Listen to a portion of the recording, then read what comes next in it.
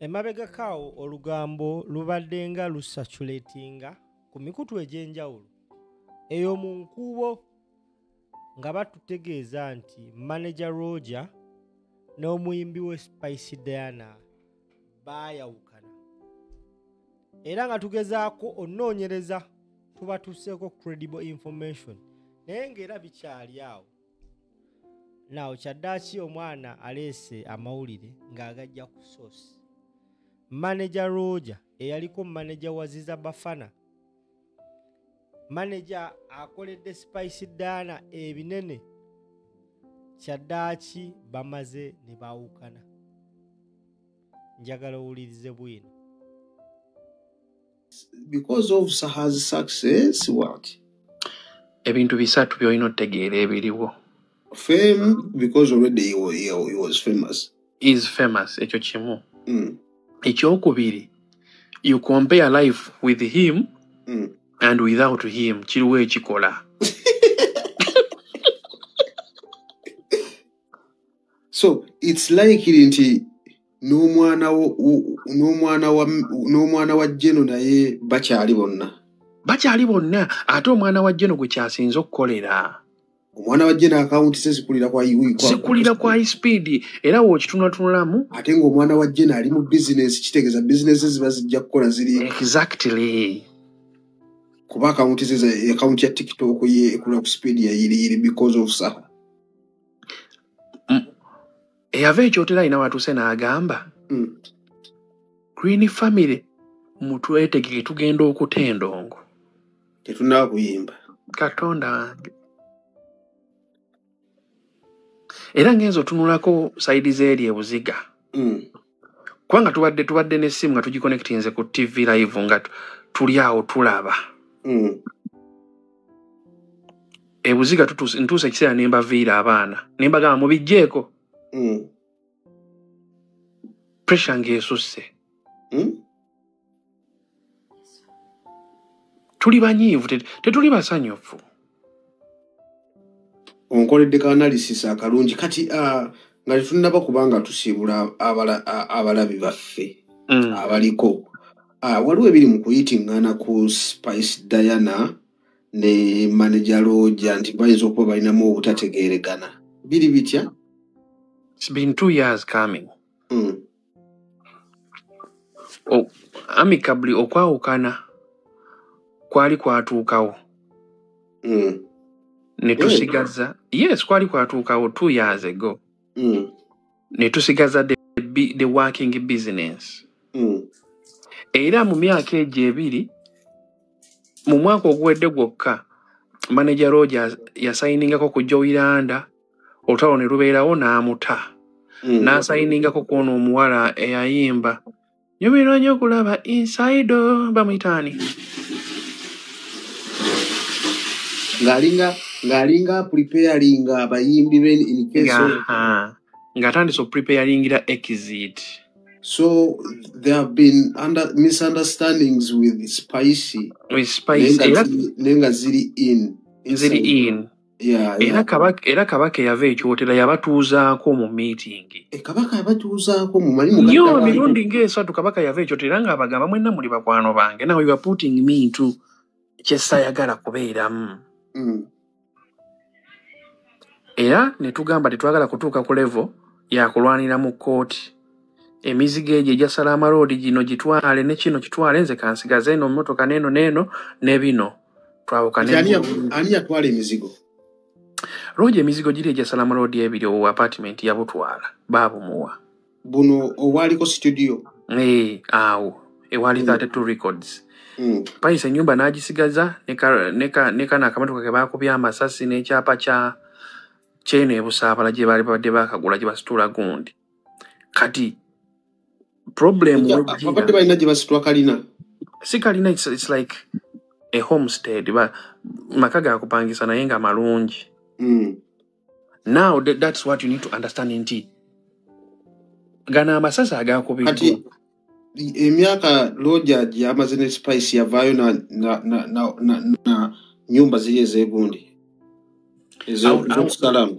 I would say tewali investment Spice gy'asobola kuwa Roger esobola mukkakanya kuwulira nti okufiirwa Spice kyemategedde okugamba noza nkwagadde kutegeera ka question kange teri kyasobola kumuwa nti Spice ne wanamugamba kale byonna bye tukoze mu myaka gino kambikuwe nze ntandikire ku 0 tekisobola kumala Roger tekisobola lwansonga Roger asanga Spice ng'alina ennyimba 3 I remember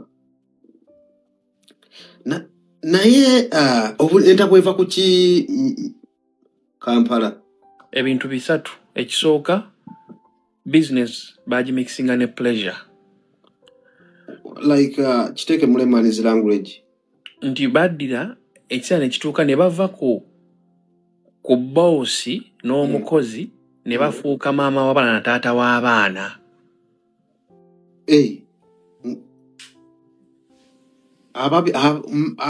manager abadali akunswaze zezo voice note zawulira nga ziriikinze nga Roger amugamba baby oli wanze nga nfa ndi waka but you should ask yourself ani yaliikingisa voice note ezera ensonga yali yakirwaki zaali ziriikinga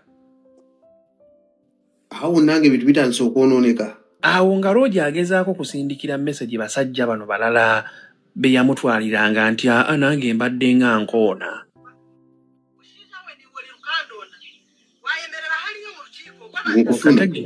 kakati omusajja oyo ali awo naawe UK eyakola studio esate to record ze yagiteeka mu sente neki musajja ki oyo nja kuwa erinnya twagadde mwasanguza naye yali muniikini wa Spice era kati yasasulira Joyranda waasula yasasula n'emmere na buli kimu Saabavulu si Saabavulu musajja mufumba ali awo tetujja kutta maka tetujja kutta maka naye now that eyo collision we yajja kano mujenyi nga yamazo kati yali Joyranda kati yatuuka kati yasettlinga ku Joyranda n'agamba kansikale ne Joyranda n'amufuula mukyala ewa Spice n'avaayo naye nga bamaze omubba mu studio n'ebintu ebirala musajja ali wano Bungereza ali awo wammwe kakati era yali baba Fifi Tumi anyway ekyo njogedde kyaki ajja kati wenyogera nti yali baba Fifi Tumi abantu abasinga baba mutegedde ye yagula Range Rover eyo kakati eya Spice eya Fifi Tumi ye bamujjako kakati when you look at those lines ezakuloosing were between Spice and Roger, it was now difficult to start patching ebiyulise ensonga 3 Roger yatuuka ekiseera n'atuuka ekiseera nga ayagala abeere celebrity manager. Thank you. Enyambala n'ekyuka empunya n'ekyuka n'asiba enviiri nga Roger ng'akuba ne punching bag n'atuuka n'atandika okuba punching bag. Kati ebbaala ze baakubanga edda mu kuzimba Spice zaalinga bbaala zino eziri simple. Roger n'atuuka ekiseera ng'agenda ne ku Kampala branch eya Brian's eya Shira. Kakati because you had mixed business with pleasure, audience ya Spice teriyo nnyo naye ate abantu be yavangayo nabo obuwala obwo hayo what's good Roger weyo Spice n'agamba no togenda kunsiiga ndwadde buli omu yeesonyiwe munne buli omu akola ebibye. Bali tebakkiriza mbadde mmanyi nti oba bali bakkirizanga Spice bw'abaamu n'owe UK ne Roger alino mbuuza owe UK yayinanga okubanga tumumanyi nti gyali nti kati ffe tumubba babiri era ennyumba mweva eri ennyumba mweva ne bakola biki guyu musajja we UK nno mugagga kamenyo sente azikoze kuba bw'oŋŋamba nti ennyumba eya Salama eyakabi naye studio byonna byavamu ate Omusudaani gwe nnawulirako abo baalinga ba client kyekigambo kye ngenda okukozesa abo baaleetanga buleesi busente kati obwamaliriza ennyumba abo baalinga bannaye ninamu milioni zange 15 nina weekend eno ajja ndabeko naye oli yali ayagala kuwasa era emikolo egyo ne tugitta. Aliwo Owebungereza yali ayagala owasa. Era asidi twamwokyesa n'emikolo n'agiranga senga asidi ne bamwokyesa. Owebungereza nga ayagala kuwasa. Yali Owebungereza ali serious nnyo. Yali serious. Jukira ye salamu alaikum. Era bali bakyali bonna. Kakati amid all that laba ki AI kigamba Spice versus Roger debate. Tikitoko yali segundi. Aditekitinza amangu ago. Na AI. So they integrated AI into their app. So now that's the problem we got. Eventually, it marked an end of it all. Naye Chesaya gaddemu. Nekati kyembuuza yes Spice akyali n'Owebungereza. Naye ata. Naye atya kati Spice.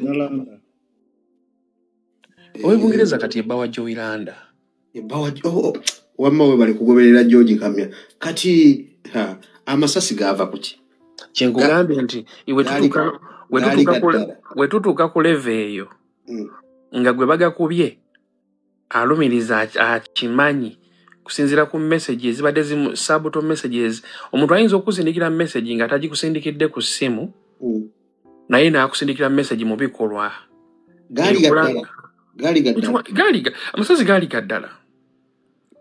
Kyovula abali mu galinkinga ku oyo former manager. Spice bamukuba amasasi ebyaddala. It was masasi gaali gaddala anko. Tegaali ga stand. N'ekigendererwa eky'omutta. Simanyi oba kyali kigendererwa kyakumukanga oba kyakumutta, but bullets zaali za ddala. Uganda. Kakati kyenkugambye. Who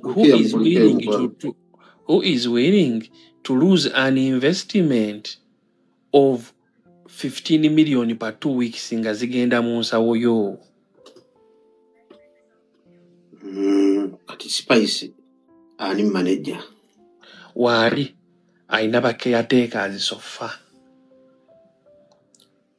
But ekintu kiringa we nakikugamba we twali ku green up ne wano ngenda kukiddamu. Kalungi ng'akyali ne kiwanuka. Kale papalaje nawe gye bali ku muganda wange.